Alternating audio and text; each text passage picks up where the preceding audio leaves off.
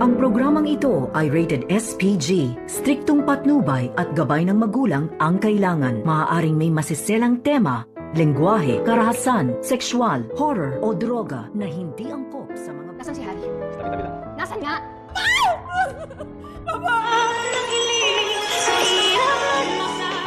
Narito na nga ang ating pakatutukan bukas sa abot kamay na pangarap. Hindi nga nakakaligtas itong si Harry sa pagligtas dito kay Lynette dahil huling-huli nga sila habang papatakbo at pababa nga sa hagdanan. Dito naman na humarang itong si Dax sa kanila.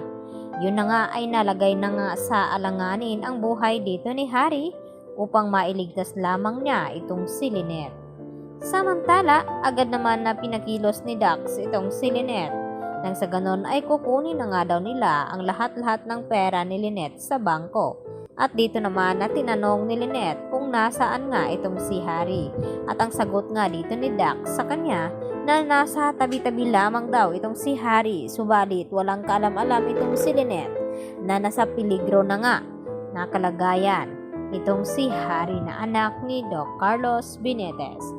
At dito narinig din ni Lynette ang pag-uusap ni Dax at dito ni Balahadja na sinabi nito na bilisan daw ang kanyang plano nang sa ganoon ay makaalis na siya dito upang salubungin naman ngayon ni Dax itong si RJ na may dalang pera na 100 million pesos kapalit dito ni Don Pepe at sila din ang tatapos nito dahil pinapasigurado nga ni Moira na hindi mabibisto o madawit sila ni Zoe lalo na hindi makakalabas ang kanilang sekreto.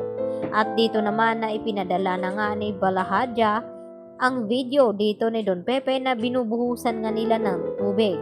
At dito na sinabi ni Balahadja kapag hindi tutupad sa usapan itong si RJ, hindi tubig ang masasaksihan nito kundi sarili daw ang dugo dito ni Don Pepe. Ang kasunod na ibubuhos nila dito sa kanya. At dito na napaiyak ng gusto itong si Giselle at ganoon din itong si Annalyn.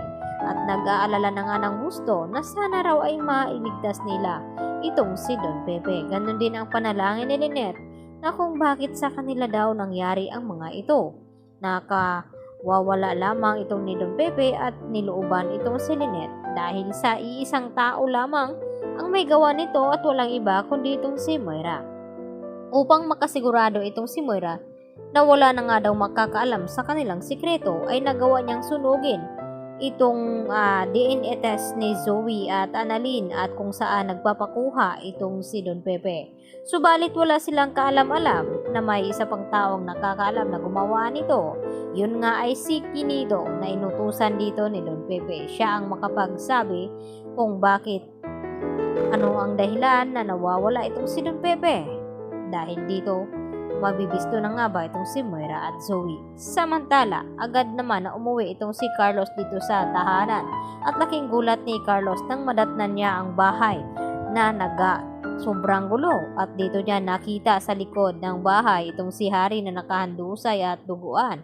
At dito rin na sinabi ni Doc Carlos na kinakailangan daw madala sa ospital itong si Harry. Subalit nang gamutin na nga nila ito ay sa kasamang palad dito dineclare ni Doc Lendon Javier na hindi na nga nakasurvive pa itong si Harry dahil sa tagal nga na hindi agad nadala sa ospital ito dahil sa kagabihan pa lamang ay nangyari na itong aksidente kay Harry na binugbog siya ng husto dito ni Dax at hindi lang iyon dahil sinaktan pa siya nito upang mailigtas lamang itong si Lynette. Kaya ang masisisi dito ni Carlos ay walang iba kundi itong si Lynette. Yan ang ating abangan bukas sa Abot Kamay na Pangarap. Yan lang po at maraming salamat.